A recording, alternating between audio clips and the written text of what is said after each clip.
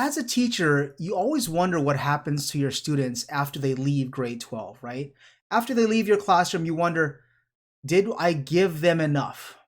And we do this because we care about our students. We care about the future generation. Now, none of us got into teaching because we have a sweet 8 bedroom house with 4 Lamborghinis in the driveway. That's not why we got into teaching, right? If you're getting that, let me know so I can come work for you. Let me go work at that school. But no, all joking aside, we do this because we care. And I'm fortunate to get caught up with a few students after high school years later, and I want to see what they have to say. Did we prepare them? What have they learned? What are their thoughts? And if they could do it all over again, what would they do? So introduce yourselves for those that don't know you. Okay, so my name is Bryan Kitsu. I'm a senior aerospace engineering undergraduate pursuing a focus in aeronautics and a minor in computer science. And you, Alana? So I'm Alana Kahawai, and I'm a senior at UH Manoa studying secondary education in chemistry. So when did you graduate from Roosevelt High School? 2017. 17. Yeah, Now, was that a good year for you? Was that an awesome year? was I. So let's talk about what you're doing now after high school. So what's up with you, Brian? What are you doing? So my main focus is school. I do both extracurricular projects and working through the school. I do tutoring in mathematics, and I specialize in calculus 2 as a pure instructor, which is basically like a teacher who doesn't get paid. And I just do extra work beyond tutoring to ensure that people are learning the subjects in calculus 2 properly. I've been published in AIAA, which is the American Institute for Aeronautics and Astronautics. Me and a team of 7 with me did a project on a design for a Mars greenhouse, a Martian greenhouse, and so that involves things like working with the different effects of gravity and the composition of air and water found on Mars. And it must be pretty awesome being a published researcher at Embry-Riddle. Yeah, I think it's a great experience. I was actually able to attend the conference where we were able to present our findings. I met a lot of great people from a lot of different companies. It is a lot of work though, and you really do need good skills in English and science to be able to effectively put the report together. Now, do you feel that your time over at Roosevelt properly prepared? Like, were you always a great math student at Roosevelt? No. In middle school, I wasn't a very good math student. I scraped by with C's in my Algebra 1 class and B's in Algebra 2. I think that one of the hardest classes, but one of the most effective classes, was Mr. Kunihiro's pre-calculus class. He grinds you down to your core. He makes you feel like you may not be able to get through the year in his class. But those who do, I think, come out with a better skill set than most people. Most students end up hating him by the end of the year, but in retrospect, he was a really good teacher. He was just he had attitude issues at some points, which... So let's come back to that. And Alana, I want to jump to you for a second, and let's talk about what you're doing now after high school. Well, right now I'm just working for the math department at UH as a LA, which is a learning assistant. So basically, we're in the classroom with the instructor who teaches whatever the class is, and we're just like we're basically like a TA, but we're undergraduates, so we don't get the TA title. And we're just helping out in the classroom, helping out the students, and we have our own office hours and things like that so that they can reach out to us. And how were your classes at Roosevelt? Were they hard? Were they easy? For the most part, I say they were easy for me at the time because of teachers that I knew that were like, I had really good relationships with. The hard classes that I did have, I managed to get through them fairly easily, but overall, not bad. So this is an open question to both of you. Do you feel like, first let's talk about the teacher that you had, right? And excluding myself, because I know you guys love me, right? I love you guys too. You guys are awesome. But excluding myself, like, what are the other teachers that you had, and how were their attitudes and behaviors for you? And like, did they help shape you? Did you have some regrets on that? Did you feel like it was challenging? Why don't you tell us about anyone? Yeah, so I had a pretty wide variety of teachers in terms of like determination to teach, their compassion towards students, and just general attitude. There were some teachers that I had easy class. I could probably sleep through the class and just breeze by with an A. There were other teachers that did actually challenge me and really helped me to improve myself. Besides you, Mr. Cam, I'd probably say that Mr. Kunihiro was one that really challenged me. Mrs. Konishi, Taisha Konishi, she was a really good role model for me to follow. She was sassy, I'll give her that, but she did make her class somewhat entertaining at least, and I felt like I really got to know her through the class and some extracurricular activities. That being said, there are also some teachers, again, that didn't really engage the students. I enjoyed some of my time with those teachers. They were nice people, but I didn't feel that they had really the heart to be teaching students. They weren't really engaged with any of the students, and I found that kind of disappointing, I guess. And so, Alana, what about you? Like, do you feel the same about some of your teachers too? Like, you had a strong connection with them in an intellectual sense, or they talked to you how you wanted to be talked to? Yeah, for most of my teachers at least, because I did take relatively easier classes, it was a lot easier to get to know the teachers. Like, I wouldn't say on a more personal level, but like just more in depth of you being a teacher versus you being a student. It's just like you can kind of like have a regular conversation with them, and that's how I got to know my teachers a little bit more. But I did have like the challenging ones like Bryan did, like Miss Konishi. Like I remember her class. She was one of the harder classes that I took, but I really did like her class. But then there are other people like Mr. Darnell that I took in freshman year, and then like became relatively, like, I wouldn't say friends, but we're like, we could talk to each other and like have a conversation outside of just schoolwork. So then later on I ended up taking his AP US history class in senior year because he was the teacher, and like he motivated me to want to take that class and help me through, and like understood where I was having problems. And so, for both of you, what you're really saying is that when the teacher makes a connection with you, you feel more empowered to actually learn the material versus a passive teaching method was saying, here's the material, and then, good luck. Yeah. For the most part. I think the subject that you're learning also has a lot to do with it, and this is true in college as well, where some subjects are just easier for certain people to pick up, and I think for those subjects it's a lot easier to connect with the teacher because you're not struggling to understand the subject. Then yeah, there are certain teachers though that even with a difficult subject you can still make a personal connection. One of the teachers I should have mentioned earlier was Jordan Yamasaki. He was my geometry teacher in freshman year. I hate geometry, even to this day, even though I can do three-dimensional calculus, differential equations, all these complex math stuff, I still hate geometry. But he was still a great teacher in the sense that even though I was struggling to understand the subject, he would still make those personal connections with you, and he would do all kinds of extra things for our class. He'd bring in baked treats because he loved to bake, and he'd make jokes all the time that were very funny. And so I think that with certain teachers, even with a difficult subject, you can still really connect with them as long as they're putting in the extra effort. Now, Alana, we spoke off camera that you want to become a teacher.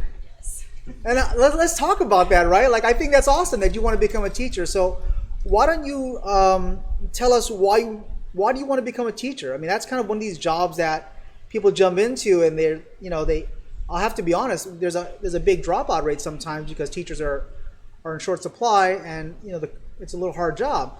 So why don't you tell us why teaching for you is something that you want to do?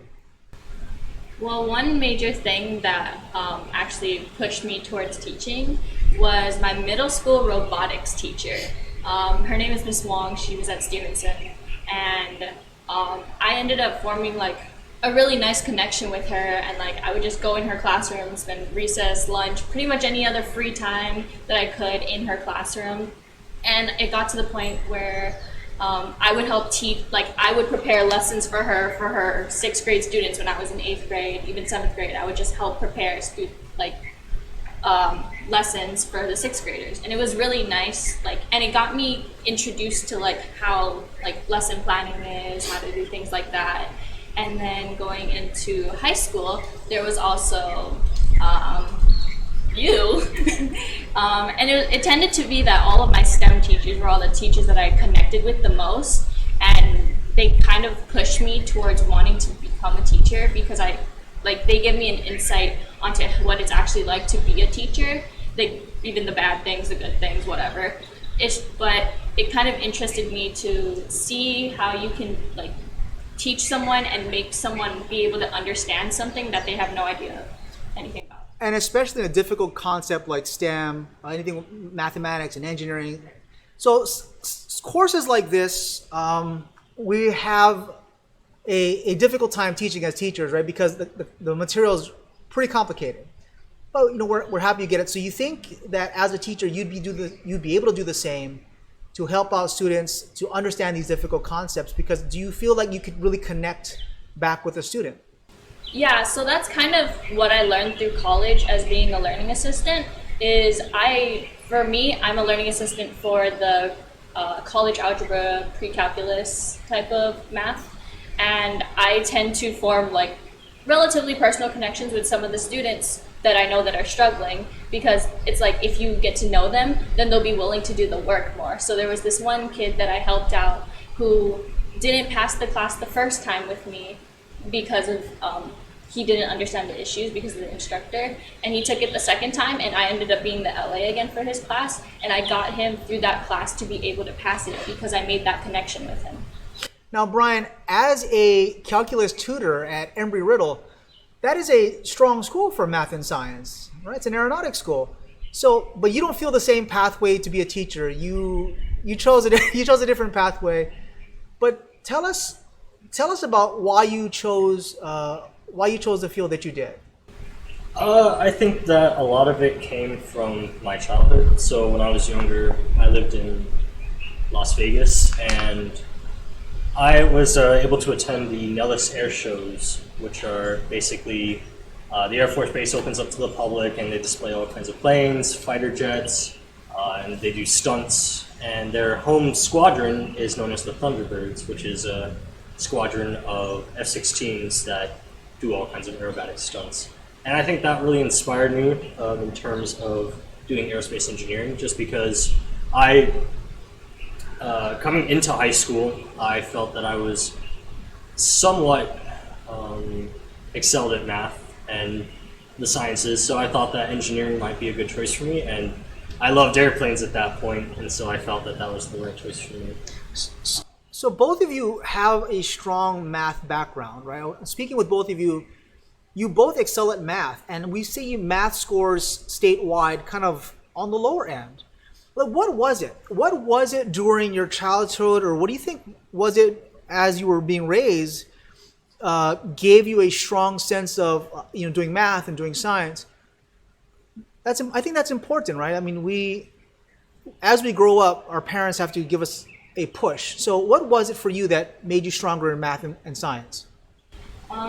For me, my parents know nothing about math. I have to teach them math. So it's basically me learning on my own. But when I was younger, I remember them putting me into Kumon. And you basically learn math and reading that, and you like progress however you need to progress depending on how you're doing and things like that. And I don't know, I really did good in math during that point, and math just kind of clicked with me, I guess. Like, I don't like, sometimes they say like people are English people or people are math people. I tend to fall more towards math because I hate writing essays or reading books and anything like that. But then like math just makes sense to me more times than not. And for you, Bryan, I mean, how did you get that push into mathematics? I think one of the biggest pushes I had as a student in the Department of Education in Hawaii is those extra teachers. And so a story I don't really tell anyone actually is coming into high school, I did not do well in my Algebra 1 class, as I said earlier, and coming into high school, I didn't know how to factor, basic factoring. I somehow managed to pass Algebra 1 in middle school to get to high school, but when I had Mr. Yamasaki, I went and I was honest with him. I had to be honest with myself first, but that part wasn't terribly hard. And yeah, I think that's an important concept that both of you have grasped that maybe some students haven't grasped yet, is come to an honest realization of what am I good at, what am I not good at, and work on the thing that I'm not good at, versus having an egocentric view of, no, I don't need it because I'm not good at it. You actually worked on it, and that's pretty awesome. I think a lot of students can actually learn from that, right? I'm not good at this thing, so I'm going to try harder to be good at this thing. That's great. So let's wrap up some final thoughts. If you could redo high school, and you had the power to change anything that you wanted to change, what would it be? So why don't we start with Alana first, and then we'll go to you, Bryan. So Alana, what would you change if you could go back in time and start high school all over again as a freshman, and you can change the curriculum, you can change whatever you want? What would you do? I think sometimes the curriculum can be a little bit looser than it needs to be. Like, to graduate, you need to take 3 sciences, and sometimes some people just get away with getting like plants and animals, which is basically not a science course. And there are just things like that where it's just like you can kind of just get away in the DOE system with just like, okay, you can graduate by doing these things to just slide by.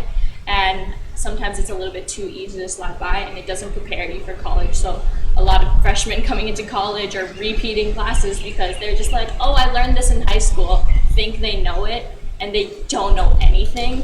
And it's just like they don't see the reality check until college. So a lot of teachers who are a little bit more lenient needs to be like a little bit stricter than they would be. All right. Bryan, and for you, what would you change if you could go back and change your high school experience? To be honest, I wouldn't change too much in terms of my experience. I think that students are going to go through high school, they're going to make mistakes, they're going to choose the wrong teacher, they're not going to make the right life choices. The best part about that is that it's a really big learning experience, not just in the academic term, but more in the social term, and I think that's really important to have in life. If I had to change one thing, though, I'd probably bring home lunch more often. There was an unsaid rule that, at least for myself, that if lunch didn't smell good in the cafeteria, I wasn't even going to bother waiting in line for lunch. Because I'll be honest, some of the food they served, I wouldn't serve to prison inmates. But yeah, I mean, like in terms of curriculum, I think there are certain areas where teachers could do a little more in terms of pushing their students to maybe work harder to understand certain subjects, and maybe they can focus a little bit more on certain areas. But in terms of what I did in high school, I'm more or less leaving without regrets. I did make mistakes, but I've learned from them, and I think I was a better person because of them. Are there any teachers now, so in our last comments and our last thoughts, are there any teachers now that you want to give a message to? You want to say thanks, or how dare you, or whatever the case may be? The teachers I know, the teachers that like me and know me really well, they already know. Yeah, I'd say the same thing. Since I don't get to see Mr. Yamasaki anymore, I think he's moved on from Roosevelt. I'd like to give a shout out to him. He was a great instructor. I was really sad to see him become the tech coordinator, just because he wasn't able to teach students anymore. I was glad to see him around campus, but yeah, I was sad to see him go. And to you, Mr. Cam, thank you for teaching me, and we should probably play board games again soon. That was great. It's nice, isn't it? Seeing that they're going to be okay. I always wonder, if they're going to be okay. And I think I said that at the top of the video. So if you know a student that wants to be interviewed that's been through the high school experience, let me know. I love to interview them. If you're a student of mine and you want to be interviewed, I'd like to do that too. And as I said before, if you haven't subscribed to the channel, that would really help me out if you did. It lets me know that you care. or just like the video or comment. I'll see you in the next one. Bye.